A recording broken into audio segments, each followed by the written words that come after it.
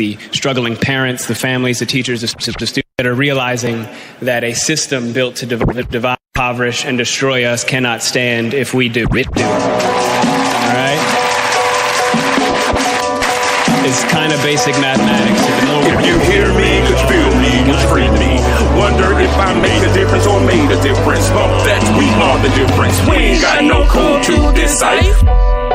Brother, I would never call you trife. You my brother, though they knife and fork our meals, then cop the silly feels. Yep, it's slimy, kinda grimy, miscalculated the timing. But you can plagiarize something in the skies and think we have no eyes to see something real as we. This is seriously who we be. See, this here is true indeed, the real deal, thoroughbred, like collard greens and cornbread. Can't recite what's never said, purpose keeps us fed. Real man, this is grand A, hope fed. But still, you are my brother, above you there's no other. Blood or something other, more like what the blood covers. Man, no matter what they say, we good over this way. This is positivity in the making, helping brothers to break through. Without breaking, without breaking, without breaking, without breaking.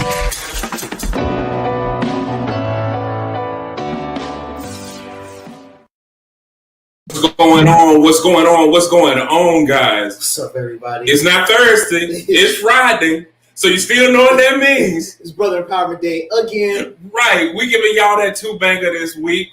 For those who don't know, we've been saying that this is going to be a special Brother Empowerment that we're going to do. Normally we meet on Thursdays if it's your first time tuning in.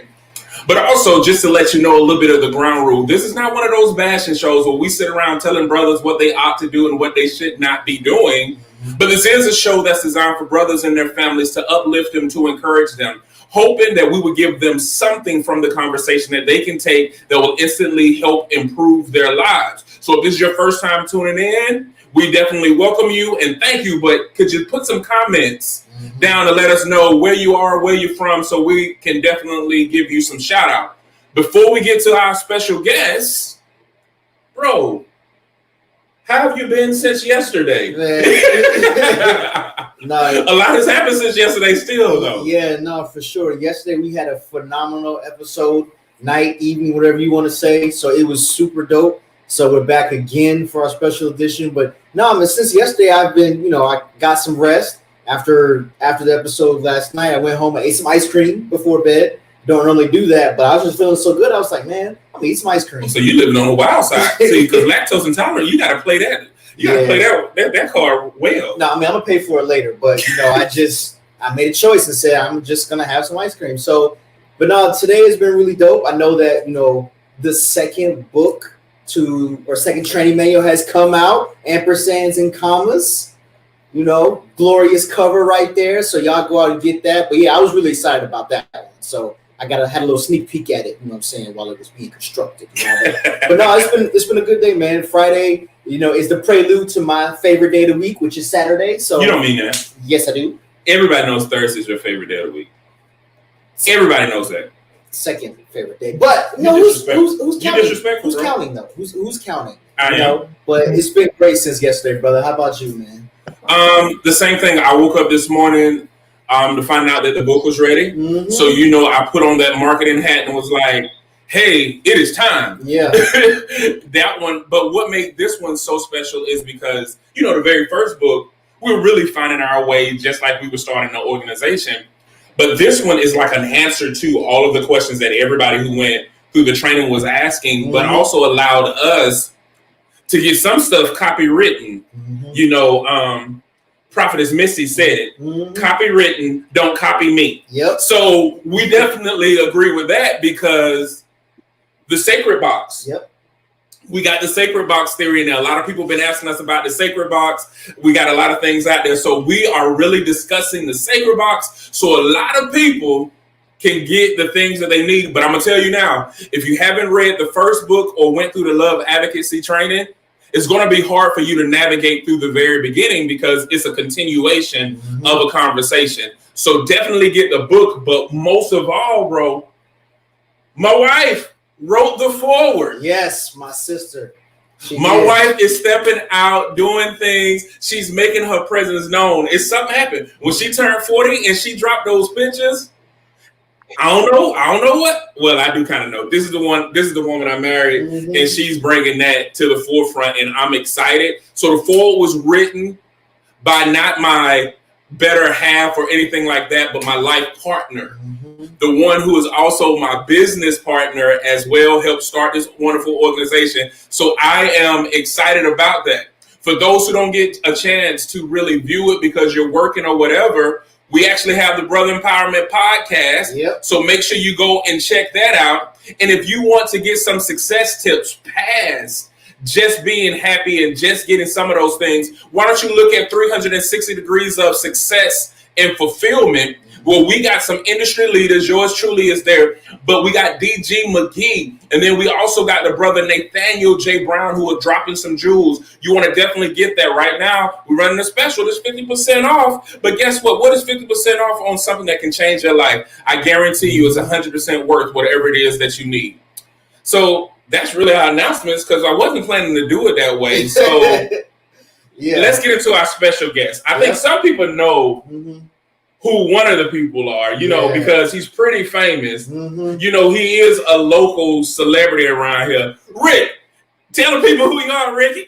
For those of you who don't know me, I'm Ricky Phillips. I am the host of Fantastic Fermentations YouTube channel, teaching you everything you need to know about home brewing, any type of beverage. And I'm also a content creator for Levels of Parable. I do the election content and the support for that. So yeah, happy to be here. The beard. He's like, and I have a beard. Yep. And last but not least, who's the young man down there at the bottom? Turn it off, bro. Man, a brother that's trying to get a beard. I'm trying to grow me one. I thank my brother for the tips that he just blessed me with, for real, man. I'm Brother Woodrow James Greene, Baltimore native, former entertainer. Now just finding his way in life, you know, just finding a new path and following it, for better or for worse. Happy. Glad to be here with y'all, brothers. Absolutely, bro. Glad to have you here. Yeah, we're glad to have you.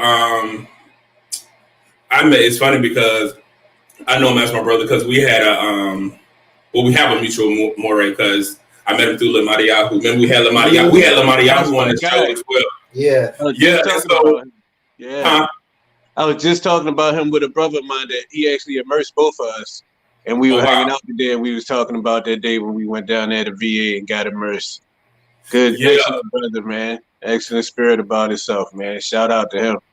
Yeah, we actually had him on the show, and he was dropping some gems, and people was like, who is this guy? Yeah, it was amazing because I don't usually talk about like my faith or anything like that when it comes to the nonprofit because I don't want people to lean either way. But we definitely wanted to have a show of key men that kind of influenced us, and he was definitely one that influenced us, and that's how I actually met him. And it's funny because it's like, why does James Greene sound familiar? And it was Lamadiahu was about the East Man Jr. And I'm like, I know it. He looked familiar. Because when you know people on a different level, you like, why they look so familiar? But yeah, and that's how we met. But I will say one thing that I liked about you is that you've been genuine from day one. The other thing is, I'm glad that you're out singing again. Oh yeah, a little bit. A lot bit. So we're gonna have to get up the YouTube link because I'm glad that it is out because we need that type of music again, and we need that type of music now, especially with everything that is going on. So I'll make sure I drop all of those things before we get into the topics, bro. Who we all got watching? All right, so I'm gonna just say right now, if we don't shout you out, please drop us a comment so we can see that you're here. First off, we got Sean in YouTube land. What's up, Sean? What's going on, Sean? So we have Orvis is watching. Hey, Orvis. We have Tara's on. Hey, sis. Hey. We got who is Red Dawson? Oh, that's Joshua. My bad, Josh. Hey, my bad, man. So what's going on, Josh? These rapper names on Facebook, man. I'm the only rapper at 40. I got bars. So we got Joy. What's up, Joy? Let's see. We have Rashia's on. What's up, Rashia? What's going on, Rashia? We got Rick Owen is on. What's up, Rick, man? What's going on, Rick? And I'm taking that's my wife operating as love is a parable. So we always do this every show because we want people to definitely know the things that are out there. So let's look at some statistics. Researchers have found that at least 1 in 6 men have experienced sexual abuse or assault, whether in childhood or as adults. Rape of males, a CDC study found that in the U.S., 1 in 71 men had been raped or suffered an attempt within their lifetime. The same study found that approximately 1 in 21, or 4.8% of men in a survey, had been made to penetrate someone else, usually an intimate partner or an acquaintance. Men die 3.5 times more often than women. 1 in 3 women and 1 in 4 men have experienced some form of physical violence by an intimate partner. Teenage boys are 4 times more likely than girls to drop out of school and represent more than 75% of the children referred to special needs in the USA. What's your thoughts, brothers? Man, I saw y'all when you sent me the link so that I could check out, like how the show was. And I saw that you guys brought out these statistics, and I automatically made me excited to want to be on the show because this is stuff that don't get talked about. Like, it's stuff that happens, but for whatever reason, be it like shame or people, like not believing them or teasing them or whatever like that, or just minimalizing it, it doesn't get brought out. So I appreciate the fact that y'all brothers do bring that stuff out because it's very real, Like me knowing people, just having conversations with people, like I know people who have been in those similar situations, and I myself wanted to like drop out of school myself because of the way that I was, like I wasn't cool at all. And like just going to school every day and getting like teased and people just begging on you and stuff like that. I wanted to leave myself. So, the fact that y'all bringing out that and all the other statistics that I've known people that have been through some of those things is very important. Like people need to hear that stuff. It's not just the ladies that go through certain things. Us brothers be feeling it too. But brothers just don't say it a lot because somebody always gonna get them, oh, go ahead, man, get out of here with that, or oh, you a B, or whatever. So I love that y'all bring that out. Thanks, bro. Yes, sir. Yeah, it has to do with that stigma, and it's one of those things that the only way you can break down that stigma of what a quote unquote man is supposed to be and things like that is like this, through conversation and through empowering each other. So those statistics, we have to keep those in the forefront. We got to keep talking about them to make it more comfortable for guys to just find brotherhood and to come together and grow. Indeed. Yeah, I remember when I first started doing motivational speaking, that was like in my 20s. And I remember having an auntie to tell me, like, you shouldn't tell people your story because I was molested at 11. Oh, and wow. I finally, went through counseling and I was at a place where I wanted to talk about it, not so much the victimization and the act of it, but to go against that stigma, because just because you're molested, it doesn't mean that you are going to live any particular lifestyle. It doesn't mean that you're going to do the same thing to others, but to let brothers know that it's not cool what you've been through, but you're not alone. Mm-hmm. And you'll be surprised how many men come up, because my case wasn't reported, and most of the men don't report what they're going through. So that's 1 in 6 men that have been reported that have been victims of molestation. Right. So imagine how many men don't even talk about it. That's 1 in 4 men that have been reported who are victims of domestic violence.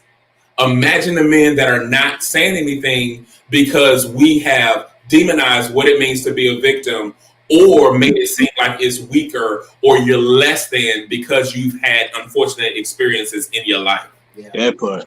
Yep. You know what I mean? Yes, look, sir. My wife finally got it right, though. She said, hey. She said, hey, right there. And he said that's his activist name. Okay, I got you, Jonathan. I got you. Not his rapper name. I have a rapper name. My rapper name is, I don't know yet. Mr. Fat Boy Swag. I think I'm gonna go with that one. Sean said, "Love is a parable is going to change hearts, and then minds will follow." Wow, thank you, bro. And he said, "Most people suffer in silence because they think it doesn't happen to normal people." Yeah, true. Yeah, that's heavy. There. Is there anything you want to say before I get it? Nah, man. You want to jump right into it? Yep, ready. Okay. How do we bring back the "it takes a village" mentality? People have to care about more than just themselves or their immediate circle. Like, people don't. That's the one thing about a village is there's unity and there's caring about other people even people that you don't know. That's and bringing them together or bring each other together and embracing each other. So until that happens, you still have people out there who are like, man, I only care about me and my family. Well, if everybody feels like that, then nothing gets done for other people. That's even up to the government level. If people in government have that same mindset, but they may not say it, but if they have that mindset, then it's no wonder that certain policies are only beneficial for a small group of people or a certain group of people that are, connected to that person and their constituents and their particular space of what they represent. So I think that's what it takes is bringing caring back to the forefront and selflessness. So yeah. I think two things that go into it that kind of play hand in hand is, I call it, we have a back porch mentality in this society now where, in our days, you would sit on the front porch. You see people outside waving, talking, you had that community. Now everything is back porch, walled off, just you and your family. And like that, it's hard to get that community mentality, that village mentality. And another thing is how we get information. Now we get information just by picking up our phone, Googling, get anything we want. In our day, you had to, like, if I want to know something about, the past, I would talk to my granddad, sit down with him. He'd tell me how things were. My great aunts and uncles, they would tell me how things were. And it was that growing through community. That's the only way you could get, a lot of that information. But now I can pop a YouTube video on and I can feel like I know something. And I really don't have that village, that community. Right. Wow. Cordell, you got a question. It says, Cordell, do you think most of the world is too far gone to attain a community mentality? No, I don't think so. I mean, I will use love as a parable as an example. Since we've started, not just the organization, but since we started even doing brother empowerment, we have brought a lot of brothers into our own networking community just by speaking to them and letting them know that this is a safe place. So I would say no, we're not too far gone, but people definitely have to want it. You can't force anybody. So the answer to your question is no. I don't think that. I think marginalized thoughts lead to marginalized actions. A lot of times we think, it's just because a person got into this position, but you got to realize that everybody has personal experiences, and those personal experiences shape the way that we see the world. Woody just gave his whole concept about how he was teased in school. Guess what? That leads to marginalized thoughts. I'm different. I'm not like. So guess what? If I alienate in my thoughts, I start alienating in my actions, and that becomes normal. So what do we want? Alienation to occur. A lot of people separate from family. For me, I grew up in a huge family. My mom is 17 out of 18. It's a billion people over. The big family experience wasn't a great one because we always had to get people we had to get out of bed, sleep on the floor. Somebody was always coming over. We always had to clean over. It was always something going. We had to go to school. It was just a lot. I didn't like it. So guess what? We got a small family. We got 2 kids. And we really don't go to too many family functions. We got a low tolerance level for BS. And it's not that we don't like big families. It's just not for us. So I find myself not knowing what's going on with the family because I think that I was overwhelmed. And apparently my brothers are the same way because the older 2 don't have any kids. And then the one right above me, he got 2 too. So it's like we all had that experience where I think we were suffocated And it forced us to separate. Now, here's the caveat to that. Sometimes I do feel bad because our kids don't know as much of their family, but I know that it came from a place that I can't take all them people all the time like it was growing up. And so I find myself not even going around them. Yeah. So the intent may not even be to separate sometimes, but it is to separate, to have your space. And now we have to be intentional about coming together, coming in unity to be that community. Yep, exactly. Yep. Now that's perfect because I read a quote one time. I consider myself to be an introvert. And it said introverts a lot of times aren't born, they're made. And I remember as a little child, like being super, like I used to get in trouble in school. Like my teacher would tell my mom, he's too friendly, because I used to run up to everybody. I was trying to be everybody's friend, trying to attach myself to everybody. And then it was like certain situations where, for one, it was like this one guy, he was on crutches, he got hurt and he was on crutches. So I felt sorry for him. But at the same time, you know, everybody don't want sympathy or pity. And I've grown to be that type of person myself. So he dropped his book. And I went and hurried up and picked it up and brought it to him. And he turned around like, I got it. And then from then on, I was like, whoa, I do nothing else for him. And then it's like so many situations, even in my adult life, where I was too overzealous. Like I ran into the situation wanting to help or see somebody that I thought we had a lot in common. But then when you meet them more personally and you get to talking to them and having real conversations and not necessarily a conversation online where everybody can see it, you see that these people ain't too friendly even. They don't want your friendliness. So it kind of turned me into a person who is more standoffish with anybody. So if anybody want to get in contact with me, they got to come to me versus me coming, extending myself to them, which was my natural way to be. But every time you do it and it get met with, you know, like adversity, you get to the point where you just like bump it. I'm going to be over here in my corner. And if anybody want to holler at me, then y'all can come in my corner and holler at me. But I'm not coming out to everybody for to get shut away again, you know? So I definitely understand. I definitely agree with what y'all saying. So tell me, and it's funny that you say that because I had somewhat of a traumatic childhood between the molestation, because it was a violent attack. And when my mom kicked me out of the house, something broke in me as far as emotion.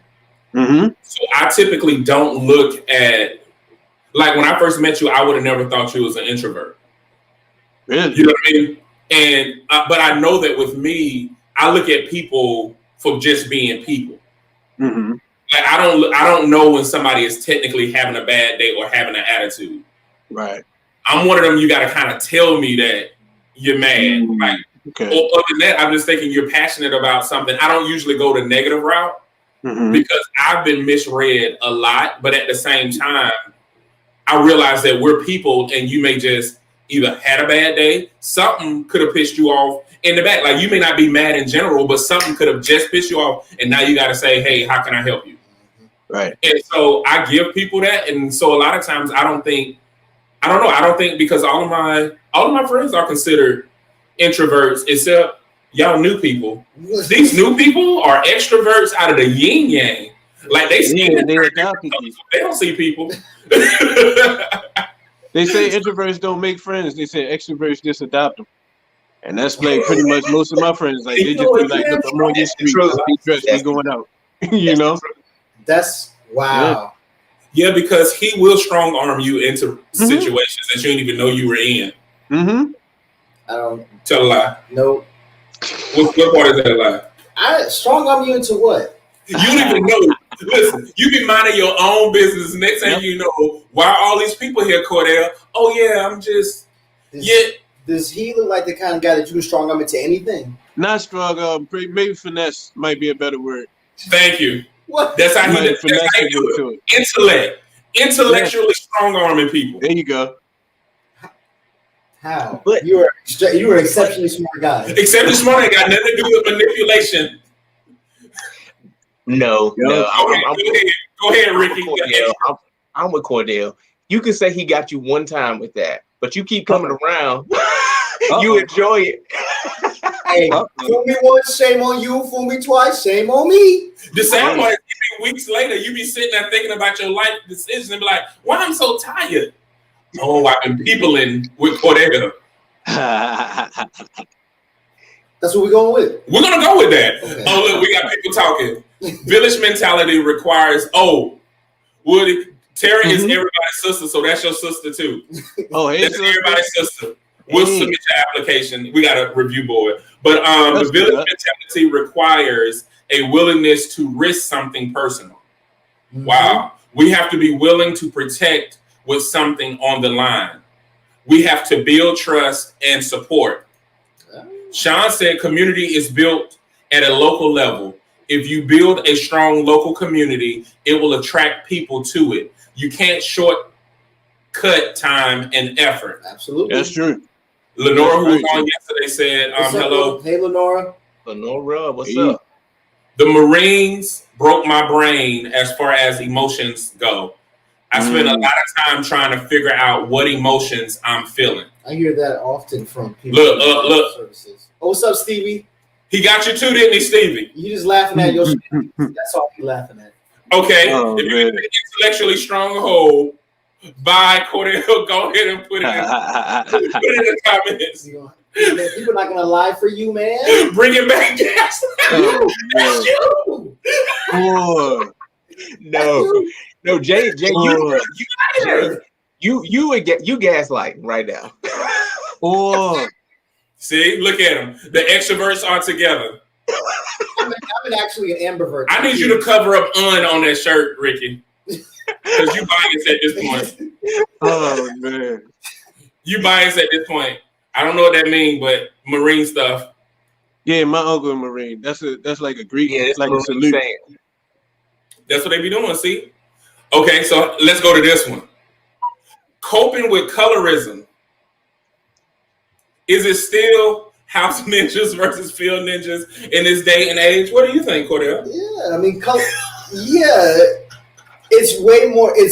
I think it's more subtle, and it's just more subtle now. I mean, in some ways, in other ways, it's just blatant. But yeah, I mean, that's one of the things that is weaponized against Black people is colorism. That is a weapon that is used against us for us so that we will fight each other.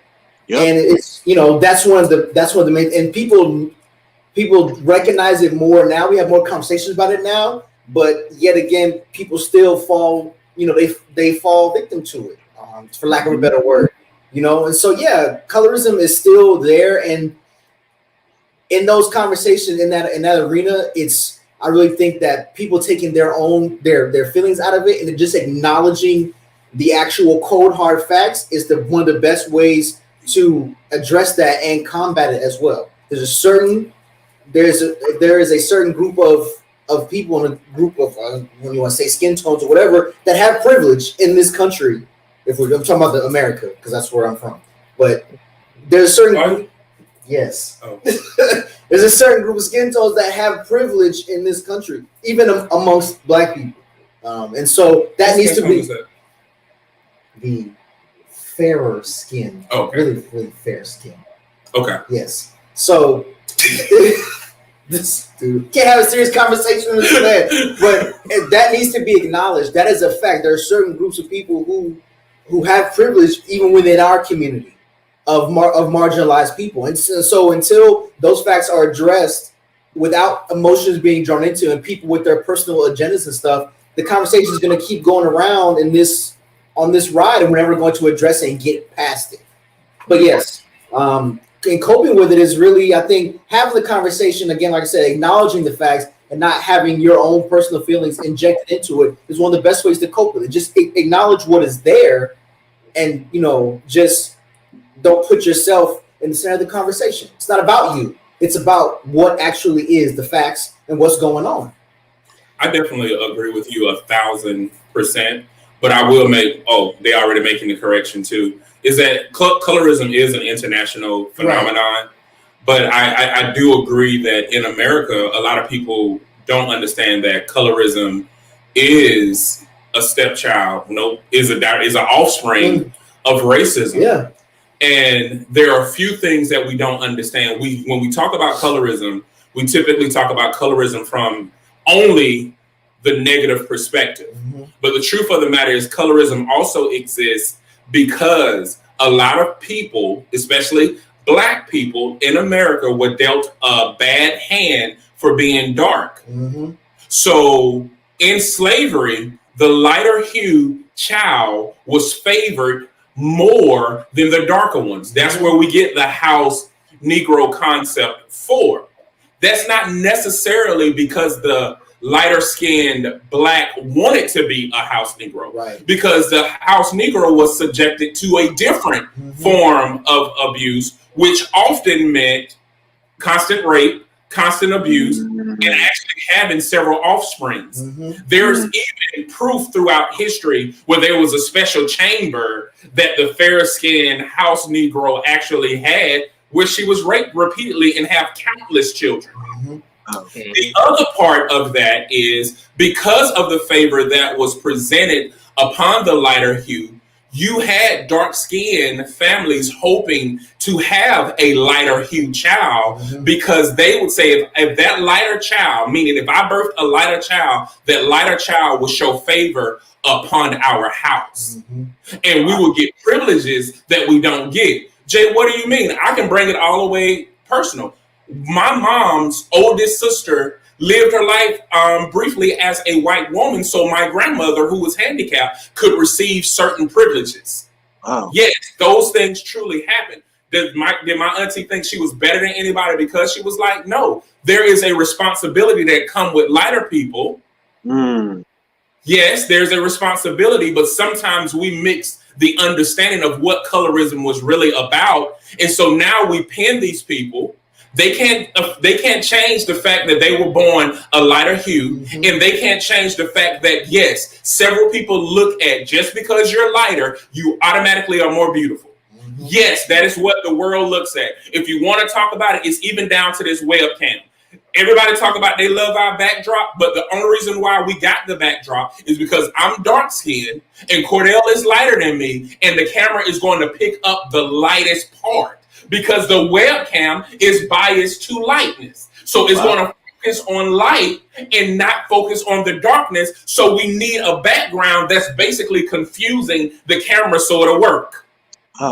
Colorism is ingrained in everything that we do. And I do agree, we need to stop spending time blaming people for their skin tone, realizing that it is a construct that a lot of us are contending with, and do the best. So guess what? If doors open for you because of your skin tone, don't sit around there saying you don't want that door open. My sister, my brother, I want that door to open, but realize that there are some of us who are dark skinned won't get that luxury. It don't matter how many degrees we got. It don't matter how clean our record is. It don't matter how great our credit score is. It is simply because of the color of our skin. So instead of using that opportunity to say, hey, I want equitable rights for everybody, no, use your privilege to open a door for those who won't get equitable rights. I'm sorry. Absolutely. Yep. Amen. There's a huge responsibility, like you said, when it comes to, you know, your color and actually empowering those who are disadvantaged. I mean, but at the same time, we got to stop these ingrained stereotypes that we do as Black people. Don't go outside and play in the sun because you're going to get darker. You know, those type things, or, you know, and go back like the cameras. You know, I worked at Best Buy for years. Cameras are the same way. There's certain cameras that I would take people to. I'm like, yo, this camera takes pictures of Black people better. You want to get this one, you don't want to get this one. Or going down the aisle and saying, oh, I need to get bandages, and you get the flesh tone bandages. Like, that standard is the light. It's not. Don't look like us. It wasn't until recently that we could even get bandages that look like our flesh tone. So I think it starts with us realizing it, but also changing it and not making those jokes. Because you know, we as Black folk like to joke about it. Oh, that's a light skin move. Oh, that's a light skin. You know, you could do that because you like that. I can't do those things. Yeah, we get that we're joking about it, but they are hammering those stereotypes into the brains of our children. And guess what they're gonna do? The same thing that we doing. And if they do the same thing that their kids gonna do the same thing. So at some point, we've got to make a conscious effort to say, yo, yeah, these things are funny, but they're not. They have real implications, and we got to change it at some point. Yeah. Yeah, absolutely. Team light skin versus team dark skin. That's what I was about to say that. Yeah, I hate that. Yeah, I man. hate to see that. It's probably hard for you.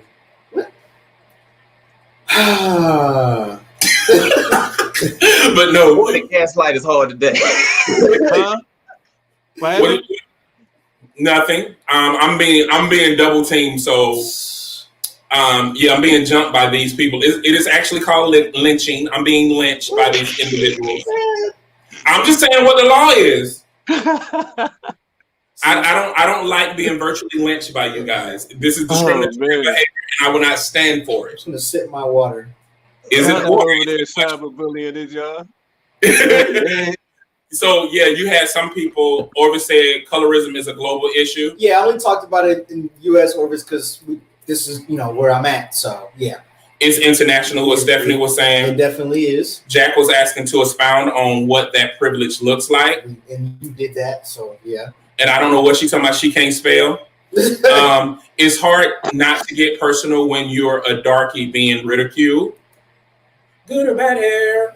You cannot separate the often painful stereotypes of colorism from misogyny and the sexual exploitation inherent in American slavery. Yeah. Then colorism is too weaponized amongst our own. Lots of assumptions. Definitely. We all have struggles. The anger, jealousy is misplaced. Yeah, people get into the. You know what?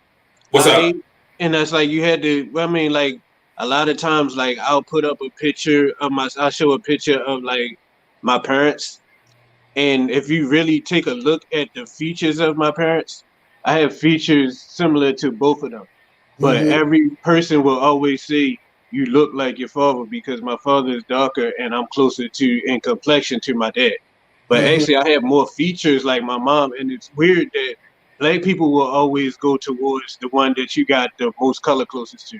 But if you go to a white person, they will actually look at it and look at actual features, because I had one of the white lady working my job, she said, when I see Black people, y'all all Black.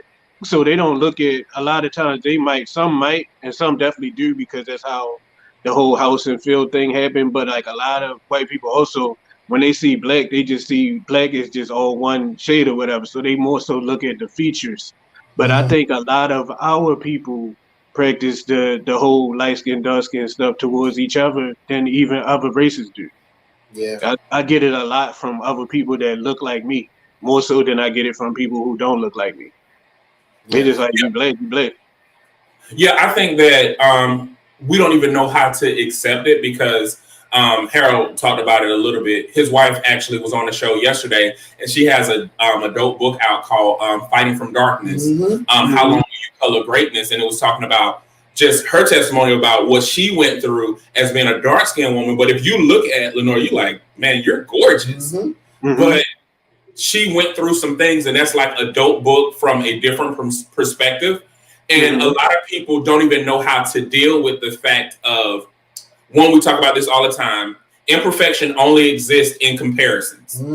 So before you're perfect until you compare yourself. Yeah, that's true. And so a lot of people are comparing themselves, saying, I want to look like, or I'm not like. But fortunately for me, I have never had an image issue of ever thinking I was too dark, didn't look good, or too fat.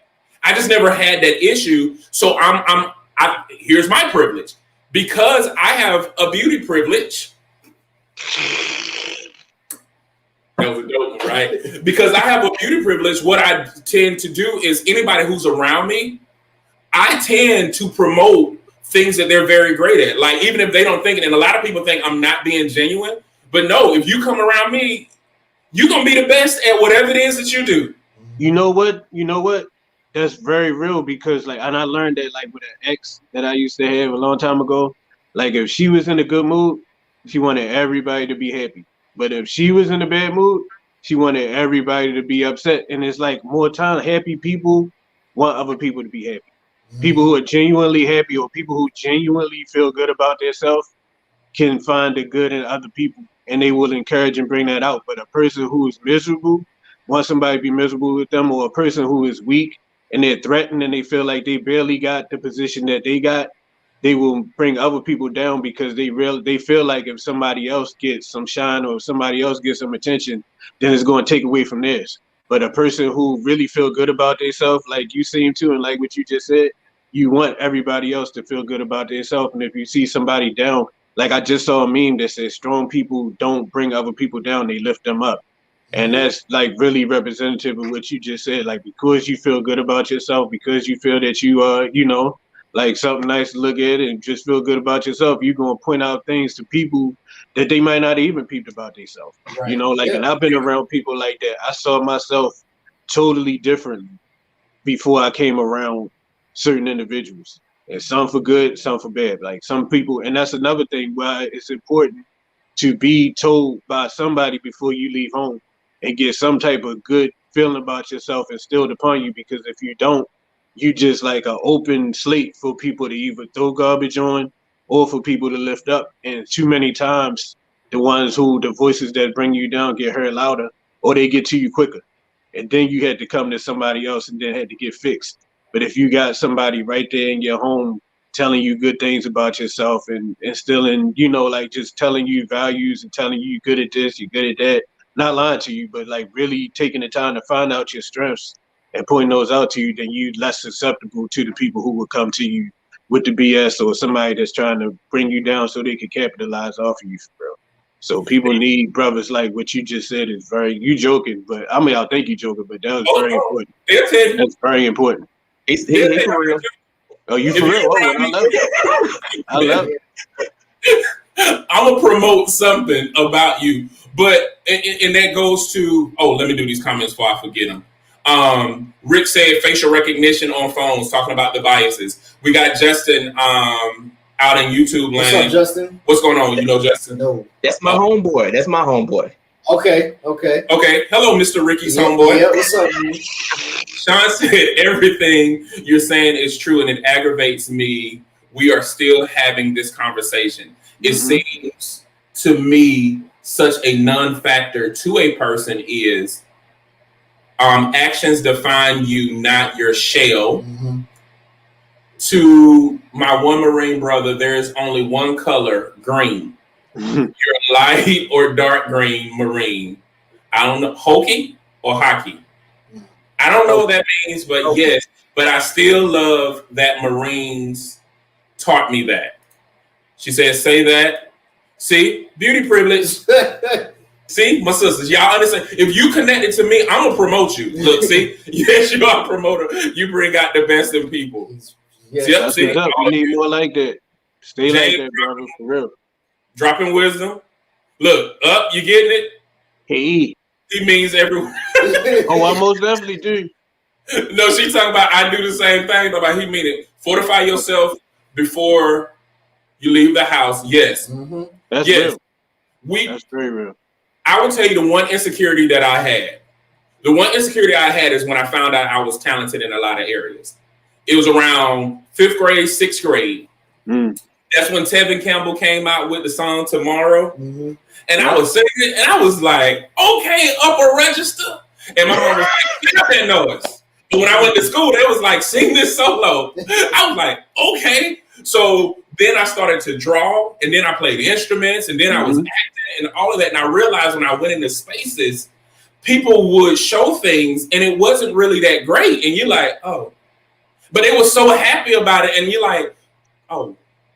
That's good. And so I was that person that felt bad. Like when people ask, well, can you do this? I'd be like, no, I can't do that. I can't do that. Because I didn't want anybody to feel like they were mediocre. You know what I mean?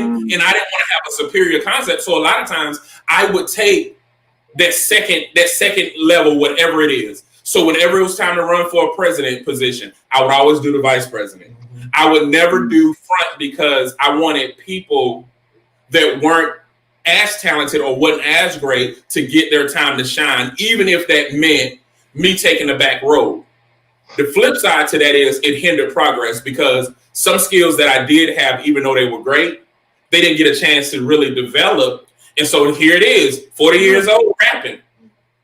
And you can't allow, with that too, you can't allow people will always try to put you in a box, like whatever thing they saw you do first. Like you might be a painter, you might be a rapper, you might be a speaker, but if people saw you paint first, they won't even give your speaking a chance because we just like the way how you paint. We just want you to stick to your painting now. Don't forget your painting now. Like I'm coming into that myself because like I always from childhood I always sung. And same thing that you said, like, and it used to be whack that like once people know you can sing, you'll get called on, and then it'd be other people sucking their teeth. Like, oh, y'all call him every time, but they didn't even want to sing. They just don't want you to do it every time. Yeah. Right. And then it's like because they know me to sing. Now that I like when I used to do concerts and stuff, when I did my gospel project, I used to go from place to place and I used to talk before I sung the songs, like basically to kill time in between the records loading up or whatever, or finding it on the CD because we ain't had the technology we have now. And people would come to me after the concert and say, "Don't get me wrong, I enjoy your singing, I enjoy your songs, but for real, I'd rather listen to you talk than sing." So I started on my YouTube channel. I started doing little talks, like maybe once a week or whatever. I go in there and talk, and then people would come to me on when I post them. I used to share them on my Facebook, and people would come to me like, "Oh yeah, this is good. I like to see your growth and all, but don't forget about your singing." Hey, look, man, I don't feel like singing right now. Like it's so many different sides to a person, and if you put them in a box, you'll never know all of what a person can do. People just want to find one thing and peg you as that you that. But I tell people like King David started off as a shepherd. And then when he came to fight Goliath, his own brothers was like, where them couple of sheep you supposed to be tending? You know? And ain't none of them go kill Goliath. But people will always try to talk you down when you trying something new. Or when you find yourself, they just want to keep you in that same box that they know you as. They want to keep you right where they know you. And I just want to encourage anybody that if you do more than one thing, don't let people do that to you. Don't let people keep you somewhere. And even if it's something that you can do, but you might not want to do that. Like my aunt was one of the best cooks to date that I ever tasted their food, but she hated to cook. She cooked for necessity because we had to eat. Because basically my mom and dad both worked. And so we used to stay over my aunt's house in the daytime while they were at work, and then she'd come and pick us up. So she can make extra money, and so because other kids needed to be watched, she cooked because the kids had to eat. She didn't do that because what she liked to do. So once there wasn't no kids over there, she ain't had to cook. So for people to keep on coming to her like, oh, this cook is one more meal, cook is one more. Like, no, that ain't what I'm doing right now. That ain't where I'm at right now. I think we gotta be more understanding of people that we have different sides to us, and we make transitions and we try stuff. And something else might have been popping right away, something else might need a little bit more nurturing. So don't go to the person like, oh, things were so much easier when you was doing this. Don't you want to go back to that? Like, nope, I want to do this. This is what I'm feeling right now. You know, so we can't let people put us being multifaceted people. We can't allow other people to put us into their boxes. You know, we're in a box that it be because we want to be in there, not because somebody else like you better there. Because they might not even know what's going on in that box. You know, somebody might stomp that box every night before you go to sleep, and only you know you getting stomped on. So it might be a reason why you don't want to be in that box, but you might not want to tell everybody because it ain't everybody's business. Or even like you just said earlier, that stigma. You don't want nobody to be like, oh, you let that happen? You let some such and such do that to you? All right, well, it's not happening now. Don't ask me go back. I saw a picture once about a wedding. It's like everybody think this is a happy couple, but either the husband or the wife, in the front they were smiling, but in the back, one of them had the other one arm twisted up behind their back, like inflicting pain on them right there in the picture. But to everybody on the outside, it looked like a happy couple. So a lot of things that people think is happy, or they be like, why in the world wouldn't you want to do that? Like if only you knew why the person don't want to do whatever it is, you wouldn't ask that. Then again, some people still wouldn't care because it wasn't them, and they just want what they want. They want the cake or the pie. They want that meal. They want that record. Whatever it is that they want, they don't care what you had to go through to get it. Like so many people used to say, oh, I wish Mary J. Blige would go through something else so we could get another My Life album. These happy albums is nice, but I wanted to go through something so we could get another one like My Life. Like how sick is that to want somebody to go through bad experiences in their life so you can get some good music? But people, I've learned from my own personal experience, people really are sick like that. They don't care. I'll post 100 memes about not dealing with certain type of personalities and not allowing yourself to be in these situations, and everybody will like it. Everybody say yes and yeah or whatever, you know, to it. And then in the next breath, they ask me to go back to a situation that I feel like I was blessed to come out of. So we got to be a little more mindful of each other. You know, like we were saying earlier with the whole village thing. We got to care about each other, care about somebody more than just yourself, you know? Yeah. That's actually real good. And I'm be full disclosure, and I never told you this, not any of the times that we talked. What you don't know is me and my wife both, our favorite group is Drew Hill. It just was a coincidence. And I remember the very first time I talked to you, and my wife was like, "Do you know who you just talked to?" I was like, "Yeah, I talked to Og." And she was like, "That's Woody from Drew Hill." And I was like, "Wow." Because what you don't know is the day that I got kicked out of the house, there were 2 albums that I listened to. It was Drew Hill and it was Erykah Badu live album. And they helped me get through so much. And I had just started back singing, and you came out, when y'all came out with the next album, when you came out with Angel, and you was like, in your interlude, you was like, "But when they gonna let you sing?" You like, "I done sung a verses this, I done sung this, I done sung that." Meaning I'm doing stuff. Just because you don't recognize it don't mean I'm not doing anything. And that always stuck to me. So sometimes I listen to that interlude because that's where I was, meaning that's actually what people don't know. That's when Jay Dwayne was born. When I was kicked out of the house, Jeremy died and Jay Dwayne was born, meaning because I'm not going to die here. I'm not going to make it. I'm not going to not make it. I have no choice but to make it.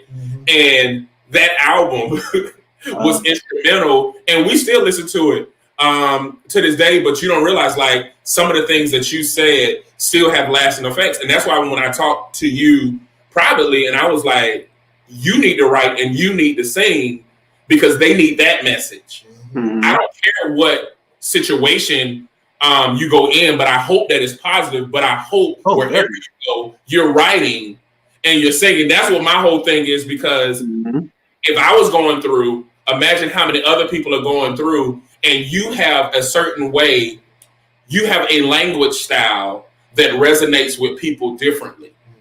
Everybody can't do that. They can sing the same song. They can do everything that you do exactly the way that you do it, but lack the essence, which some people call the anointing, some people call the spirit. We already know what it is. But lack what it is that made Woody do what he does. And that's what we're missing even now. You already know what it is. It's the spirit, the spirit of our Heavenly Father, man. And it's crazy that a female said that when I left, announced that I was she wrote. Remember back in the day we used to have to get like fan mail. They had to be like actual letters because there wasn't no email and websites and stuff like that. And I used to actually go to the label and get the fan mail, and they would give different letters would be addressed to different members.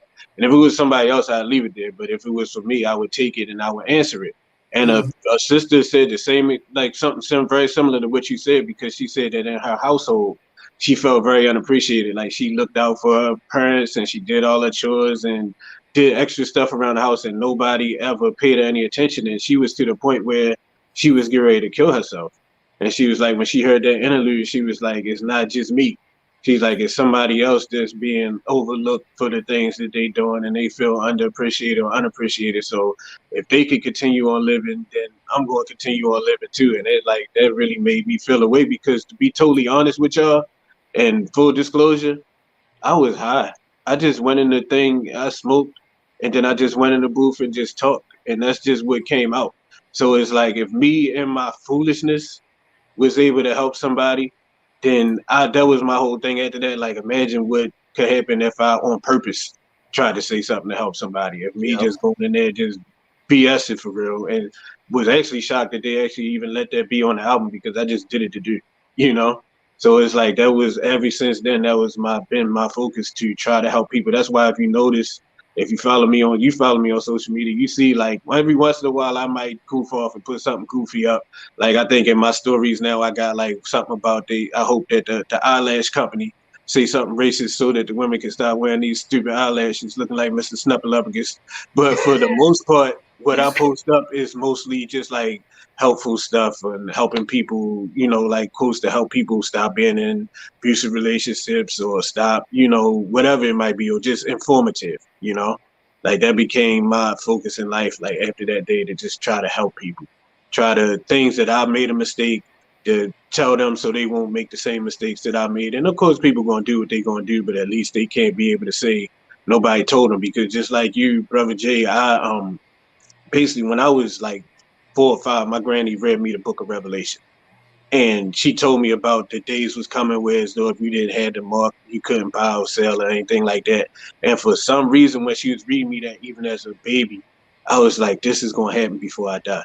My granny was like, oh, no, it's not going to be for a long time, baby. I said, in my mind, something just clicked in my head, said it's going to happen before the day I die. And looking at the way things are now, not to get on none of that, but it's looking like it's coming closer and closer.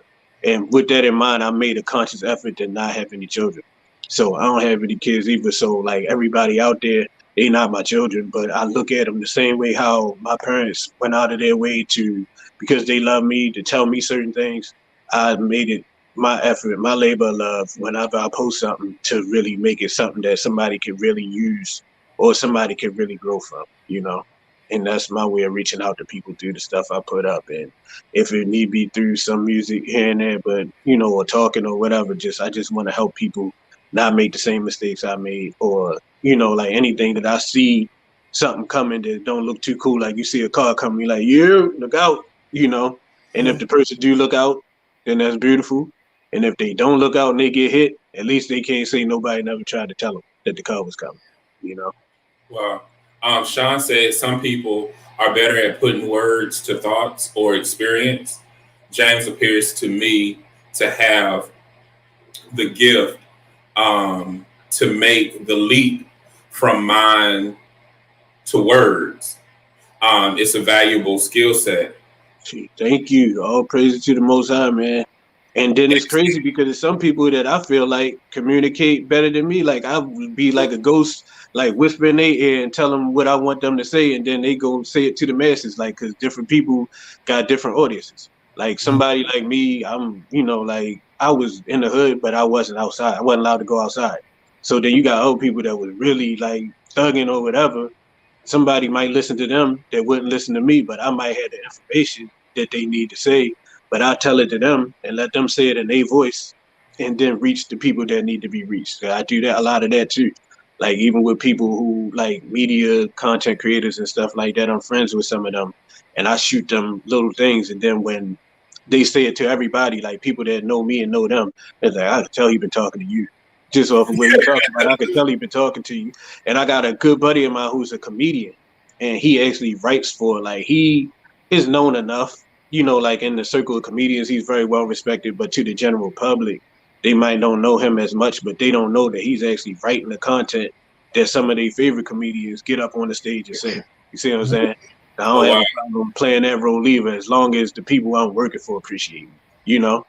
But when they get to the point where you writing stuff for the person and they going out there and saying it, but then they don't want to acknowledge you at all, like they don't know you, that's when it becomes problematic. You know, like when they stop responding to your texts and stuff, or don't say nothing. The only time they contact you is when they need some content, and that's when it get problematic. Like, nah, man, go find your own stuff. You know, go do your own searches or whatever. Because if you gonna treat me like that, you know. Wow. Dog, you see, I will go by fast. Yeah, it sure does. I will go by fast. I don't know what on this show. Do. Yeah. Look, Ricky got one Drew Hill question for you. Okay, that's cool. One is cool. He just won. Look, I won. Yeah, and it's actually kind of my question too. So I'm kind of glad he gonna ask it. Okay. So like Jay said, I'm big Drew Hill fan. But there's one thing I always wonder. In the Tell Me video, whose idea was it to hit that step like that? Because at least once a month, I hit that Tell Me step. It caught on the little guy.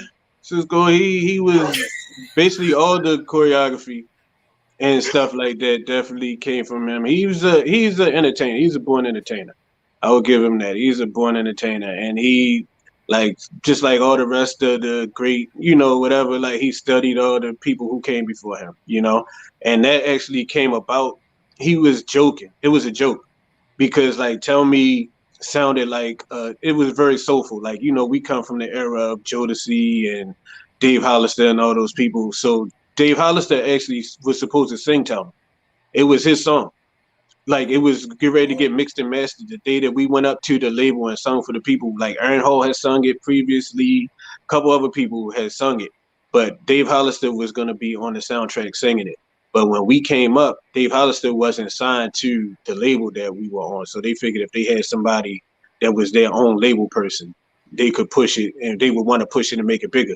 They didn't want to push it on somebody who wasn't on their label and blow them up even bigger. So they said, y'all brand new, y'all belong to us, basically, so we're going to put it on y'all. So when we heard it, it was that same church song, soul that we were used to, that we love, because we were the biggest Jodeci fans in the world. Still are to this day. Like, the fact that I actually know some of the brothers and can actually, like, get on the phone with them if I wanted to one day, you know, is like a dream come true to me. Like, you know, but getting back to your story. To the story that I wanted to tell you, like, when they were playing it in rehearsal, because it's so soulful and churchy, they had a guy actually playing the Hammond organ and stuff. Like, it's on the record too, but the guy was actually playing the organ, and we felt like we was in church.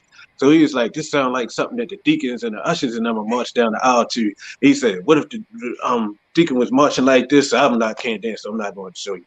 But he was like, what if they did like this? And what if they just started jumping? So he just started doing that.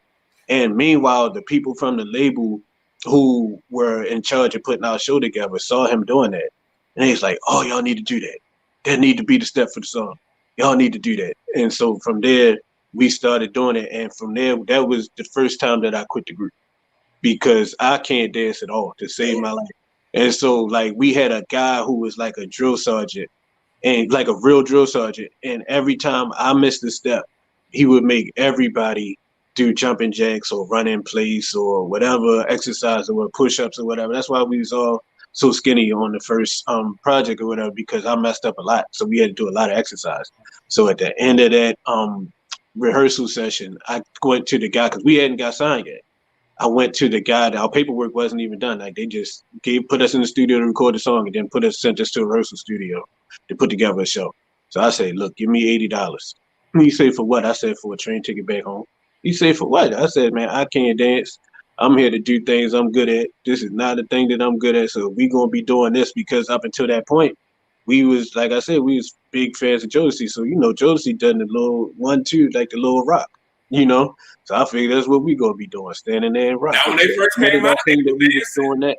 No, but it's one member in the group. Dancing in them yellow suits. It's one member in the group. They've got to love. It's one member in the group. And he danced what people told me, like in the rehearsal, because a lot of our band used to be former members, like alumni from their band, the Swing Mob. And it's like, yo, you walk like that dude, yo. And he wasn't a dancer either. We both had the same walk, and we got the same dance. As a matter of fact, I met him like in 2015, I think, when their last album came out. And when we shook hands, both of us was shaking like this, like it's something in common that we have or whatever, the spirits or whatever. But like, he can't dance, but the benefit that he had, he was like the songwriter and everything for the group, and kind of like the one that everybody listened to. So when he said no more dancing, they respected it and everybody stopped dancing.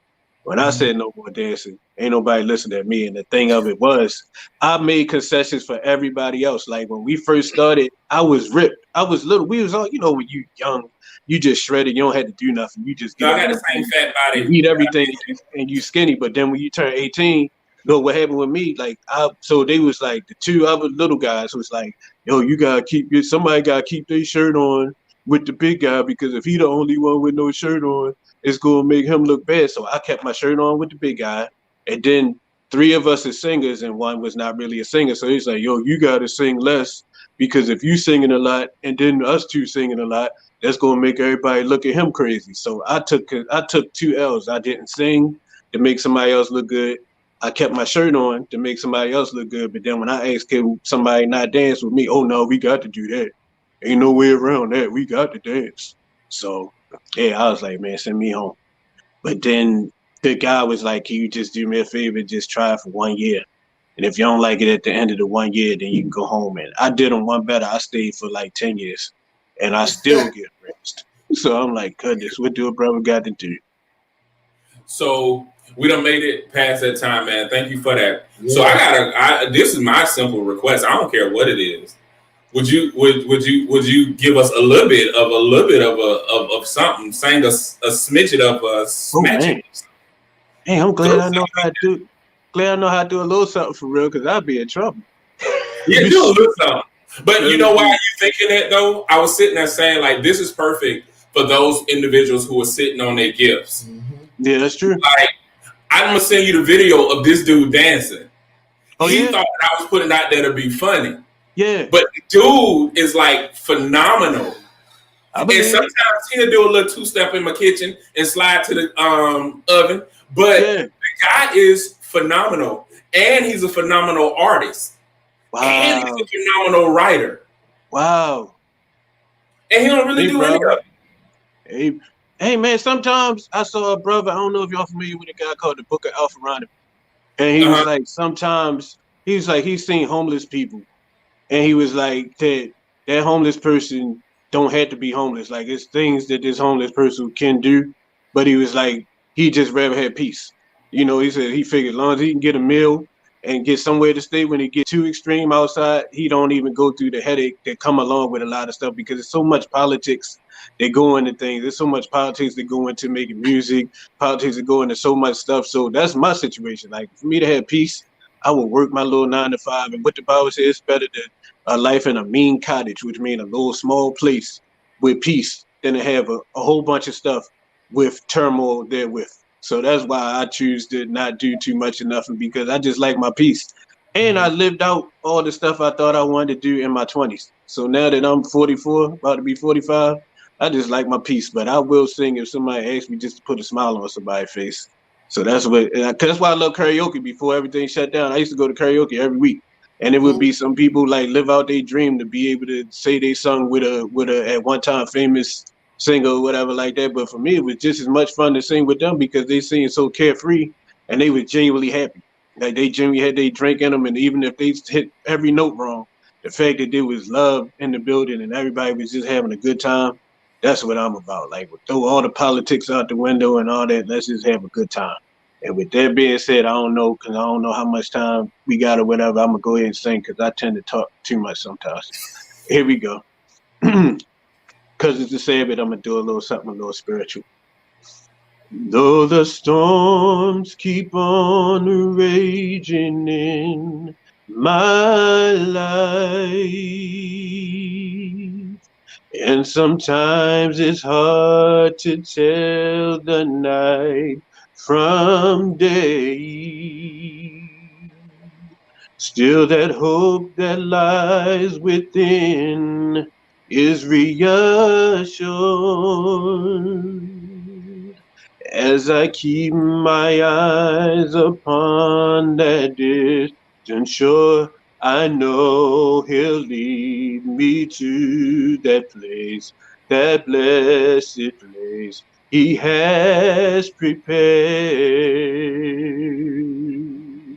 So if the storms don't cease, and if the winds keep on blowing in my life, my soul has been anchored in you, Yah. Oh, hallelujah. I didn't want to get too loud, because I didn't want my neighbors to start complaining and stuff. So hopefully I was able to maintain my volume and still do a little something. Thank you, Take it back right now. I love this song. Appreciate it. Oh, yeah, something we grew up on, man. Y'all probably a lot younger than me. I got all this, and y'all still black. Hey, I grew up on that song. I grew up on that too. I grew up on that. I'm in my 40s too now. Yeah. Hey, wow. I'll be 38 on the 14th of next month. So. Okay. Happy early. So you on that day when everybody. Goodness, so you ain't getting up for your birthday. You had to switch one of the other. You had to pick up. It's that fake day. We don't talk about that day. Oh, we know. I was saying we know, but growing up when we didn't, well, I didn't know at that age. Growing up, you probably ain't even. You had to pick one of the other, huh? Look, You got a lot of people saying thank you, man. Yeah, for sure. Saying Man. that was gorgeous. Oh, thank you. Thank y'all. And the other thing is, man, you just spoke to me to keep pushing. Mm-hmm. We just released the book, and Love is a Parable is the only thing in my entire life that I've ever done that's fully purpose. Like, it's 100% my purpose. And because through life, people are like, well, you need to pick a talent and just do one thing. Nope, in Love is a Parable, I do my own website. I do the graphic work. We design books. We write books. We speak. We sing. We dance. We rap. Wow.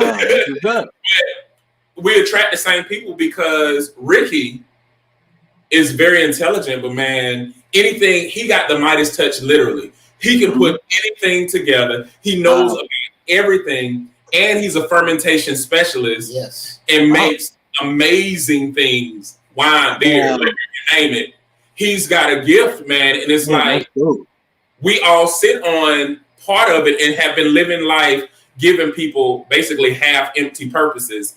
And it's just time to do that full thing, man. And I'm glad that you came on because I want brothers to see this, and I want brothers to know, don't sit on your talent. It's not your fault that you got an overflow of blessings of gifts, skills, and talents. Do everything. Yeah. Sometimes people don't do it because it's like they don't want somebody, like even back to the color thing, like you were saying that your aunt was able to help y'all granny, you know, but so many people don't do stuff because of the backlash, and somebody like, look at them, who they think they are, why they got to be the one to do it every time and stuff like that. It's like that could be people don't understand how discouraging that could be to a person. Sometimes you don't do what you can do just to keep the peace because there's so many people that's on your head when you do try to do whatever it is, you know, and they looking at it like how you may be able to help other people by doing what you do. But other people is looking at it like they see you doing it as being a threat because they not the one doing it. Or they like, oh, well, if he do that, everybody gonna like him and nobody not gonna like me no more. So people will try to throw monkey wrenches and things like that. But know about brothers like y'all that are able to, you know, like pursue the things that you are good at and that you love to do. It give me, you know, like it's definitely something that give you hope and make you look at things in a different perspective because like you might see 10 stories of how it worked out negatively for somebody, but to see like just one story of somebody doing it and work out for them in a positive way, like it definitely gives you hope and it make you feel better about like life for real. Yeah. Yeah, so I definitely appreciate y'all brothers too having me on. Yeah, we definitely gonna have you back. Yeah. She say it. Jack, they asked if you a bootlegger. And then Lenore said, yeah, don't sit on your talent. And you had a couple people from YouTube talking about it was gorgeous as well. What's up, Tyler, man? Tyler and I went to high school together. Hey, Tyler. Man. Yep, make sure y'all subscribe to YouTube, people, so y'all can stay connected so we can continue to do this. But this is the time we do what is called Positive Brother Shoutout. We're supposed to do it 12 minutes, 17 minutes ago. But hey, who's counting time? Who's looking at time? But this is your opportunity to shout out those brothers who probably normally don't get it, or brothers who are making positive strides in your community, in your network, or whatever. So who you got, Woody? And this older brother, y'all brothers for real. I mean, I'm here with y'all. Y'all are some brothers that I didn't know about before. I knew about Brother Jay because he hit me up from time to time and we're rap in the inbox and stuff like that. But y'all brothers, man, and Brother Lama Yahoo, like you said earlier, and my brother Kazak, if you turn into this later on, man, another brother who helped me to come to the level of understanding that I'm on at this point. And man, shoot, go ahead, y'all got the floor for real. Appreciate that. Thank you. Ricky, who you got? I'm gonna pull it in, man, and I'm gonna say shout out to myself. I got some things going on. Fantastic Fermentations has some great opportunities. I might be partnering with some distilleries to get some like vintage whiskey to come in. So if you down with good bourbons, feel free to hit me up on email. Follow hit me up through Fantastic Fermentations. And I'll put you on the list to get some of this amazing stuff once it comes in. Shout out to my man's Kyle Sutton and his wife Heather. They just opened a bakery in Bestow Bakery. It's in Holly Springs. So if you need some great goods, yeah, that's my dude. Kyle Sutton and his wife Heather. Amazing. I'll be there. Go there and tell them I sent you down there. I'm not. And me and the family might have done some photo shoots for their advertising. So you know, a little bit biased there, but yeah, they great bakery. So go check them out. Also, of course, got to shout out the homies, Jay, Cordell. They doing big things. Jay with the book, and shout out to my man Woody because once COVID over, he gonna let me come and sing karaoke with it. I'm down. Let's make it happen, bro. Yes, sir. Yo, Woody, that joker was singing to me on the phone today. I was singing 5 steps today, bro. I was hitting. Uh-oh.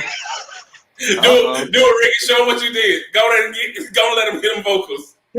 I don't know how much longer we're gonna be here, so I say my prayers every night.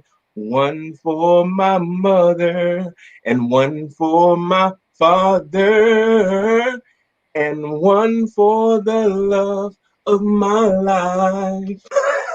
Hey, brother, that's better than a whole lot of duets that I done in my time. That was more on key and more on rhythm and everything. Of course, it'd be alcohol. Well, you got your own personal alcohol, so you might got some in you too. So just man, you're not bad at all.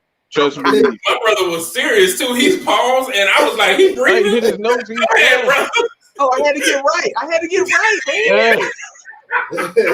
Yeah, you definitely. Listen, if I'm gonna sing another dude's verse while he on the car, I'm gonna have to say it correct. Yeah, you definitely did it. You nailed it. Okay, bro. Positive brother, shout out. Who you got? Man, let me keep it brief today because you know I'm a little long-winded. So I want to definitely say shout out to my brother Jay, just because man, that second book, when y'all read it, man, it's woo-hoo. The first one was dope, but this one right here, I mean, he knocked it out of the stratosphere with this one. So definitely got to shout out my brother Jay because we've been doing this thing now. It'll be 3 years this year, and you know, like I said, that second book is amazing, and it's hella interactive too. So it's not just reading; it's really just you digging deep in yourself and doing some writing too, if you choose to, with the book. So definitely that. Doing a shout out to y'all brothers, of course. You know, Ricky, because to meet a Black fermentation specialist is amazing. You know, I'm very much about supporting, you know, Black-owned business, stuff like that, and I'm a big fan of quality, as a lot of people are. So definitely shout you out, man, because like, you know, like Brother Woody said, you know, when people have gifts, you know, they should use them. So shout out to you, and shout out to you, Woody, man, just because, bro, it was, you know, I am a Drew Hill fan, not as big as fan as these two brothers, but I am a fan. And bro, you live in Morgan? Yes, man. Yes. So, but it was really great to meet you, bro, just because you are a dope brother and you are talented. And it's really just this is the kind of stuff that we do to grow our network and build the community and be the change that we want to see. So I definitely shout out to you too, because you are a positive brother. All the brothers that are, for sure, man. All the brothers that were on the live, I want to shout out to y'all brothers because y'all came and tapped in with us again. So we love y'all for y'all support and just y'all input, and really just I want to shout out to just all the brothers that are, you know, in the community, really just being the change that they want to see. You know, it's not easy to do things. It's easy to talk, but it's not easy to do. So when you do way more than you talk, I definitely take my hat off to any brother who does that, because that's not easy. So yeah, that's it. Go ahead. I'll try to keep it brief. Under 10 minutes. Wow. I'm proud of you, though. No, I'm actually, guys, if we could pick any other week, this is probably the best week of 2021 for several different reasons. Mm-hmm. Because just on Sunday, me and my wife were sitting there trying to figure out if I was going to take a job offer. Mm-hmm. And I decided to choose purpose over pleasure, literally. And it's just been confirmation after confirmation this week that we're doing what we're supposed to do, from yesterday being so powerful, from the book being released, and then even today, man, like, you literally ministered to me on so many different levels, and it was a reminder to say, don't give up on your gifts. And also, sometimes choosing you is choosing peace when you're doing what you're purposed to do, and only that. No happiness. And so I definitely want to give you a huge shout out for being on here, but also for being and staying connected and being genuine, because it's been at least 4 or 5 years. And I thank you for always being genuine and spending time with me as well, and being available anytime I hit you up, being available. So I appreciate that. Oh, man, thank you. Before I give a shout out to Ricky, I gotta give a shout out to Jude the dude. Jude is Ricky's son. And when I came and saw him, he was like, "You are my favorite is male." What? In all the world. And so from that point on, Jude gonna get whatever he want out of me. I gotta stop by and bring. I gotta bring my baby boy some cotton candy because that's what he want. And he get it. So Ricky, you gonna send me later on with cotton candy for Jude to do. But also, bro, thank you.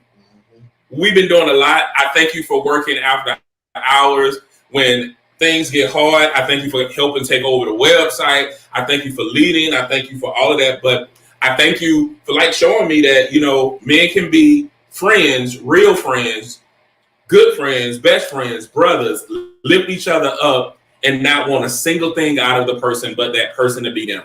So I thank you because we're producing stuff like this, like last night, and so much because we're being genuine and we're being real. Yeah. And that's why I'm so glad that, the darkness just removes when you're being light. Light can't coexist with darkness. And so people are not leaving. Darkness is leaving. And so I'm just grateful for the light and I'm grateful for your future. I'm grateful for the things that's going to happen for you. All my brothers, all my friends that are on tonight, all my brothers who are helping Ricky, thank you for being one of the influencers for Levels of Parable. Devontae, thank you. The advisory committee man, Ed, Kerwin, and Ian. I thank you, brothers, for being there with us as well. And then the new brothers that will be coming on. Sean will be coming on. Him and his wife will be coming on soon, as well as to support us. So we thank you guys for everything that you guys are doing. But like we tell everyone, any night that we have Brother Empowerment, any show, if you feel that no one in this world care about you, if you feel that you don't got anyone that love you, you just met 4 people that do, be sure to check us out next Thursday, because that's when we'll be doing that's our normal night on Thursdays, where we will have Brother Empowerment again. I don't even know who our guests, but we're going to have some guests because our calendar is full all the way up into mid-March right now. So thank you guys for trusting us and supporting us and being with us. Go back and look at some of the old ones because it's a lot of dope stuff there. But be sure to check out loveisapparable.com. We love you guys and we'll see you guys next week. And be warm. So we'll make sure you stay. No matter what they say, we good over this way. This is positivity in the making.